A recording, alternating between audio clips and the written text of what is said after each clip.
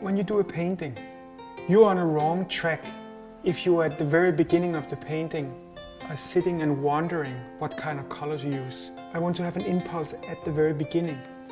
And when Fritz Hansen asked me to make colors, it was quite clear for me what to do. I've chosen colors that can carry information and association and language. I didn't choose them from aesthetic perspective.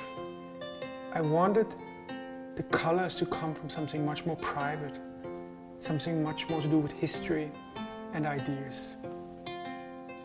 I want to put a stone in people's shoe. They look at the color and they get this weird word. That's like having a stone in your shoe that you kind of have to adjust your walking against. So Alstad, I think it's been the color that followed me for the longest time.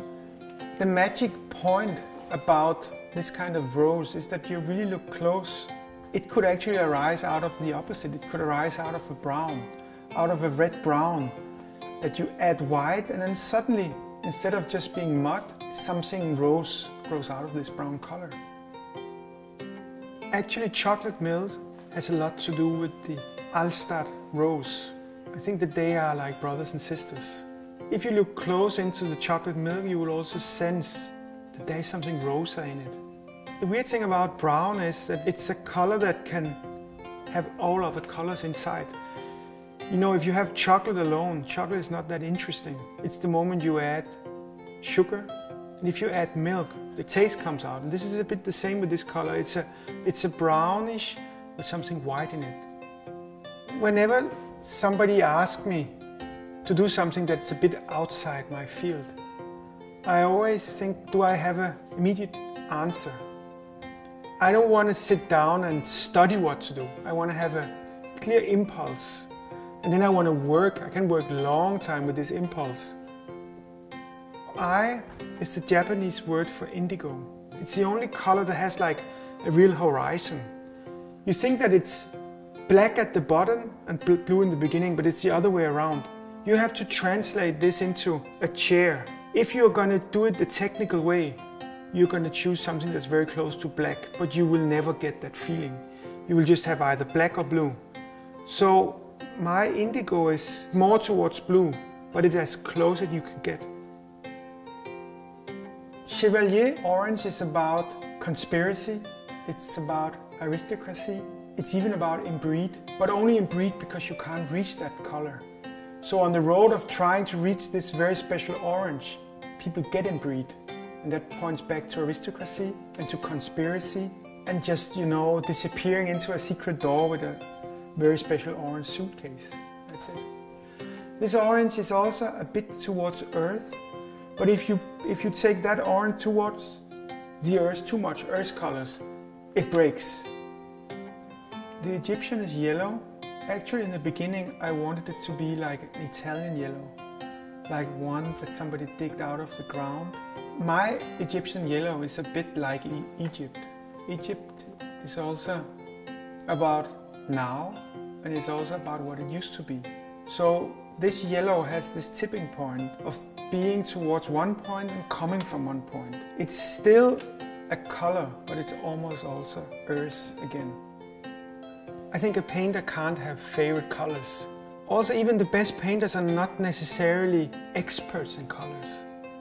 They are expert in pulling ideas through colors and speaking with ideas in colors. People who are expert in mixing or looking at colors one by one, that's something else.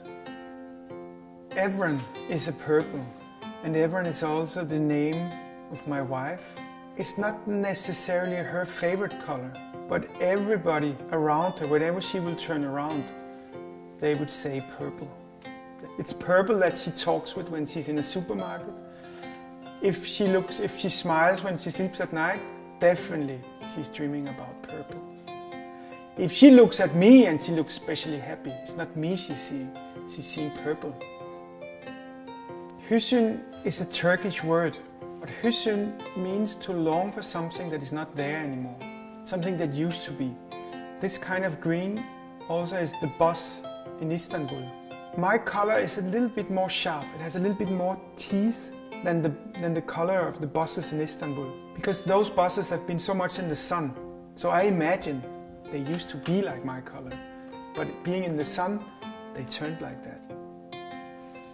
Opium red is all about Shanghai.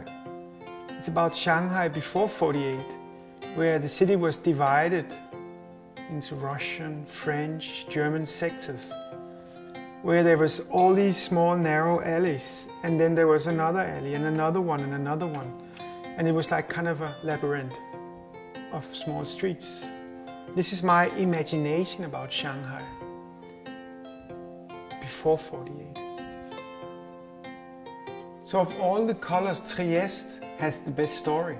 I've never been in Trieste. Somebody once told me there's a lot of wind, and when you walk on the street you have to kind of pull a rope so you don't fly away. I always loved that. And I always wanted to go to Trieste. I will never go. So this will also be some kind of impossible city. The special thing about this blue is, first of all, it's been used so much in art history. Why? It's because it's cheating the eyes. I mean, if something is bluish or more violet, it's very much different. Somebody can explain and say it's not such a mystery, but this color should stay in the world of mystery. I think it's all about experience. Narratives are different in different cultures. And Trieste is for me something very different from you. But still you are going to be in this kind of triangle of experience between the form, the color and the word.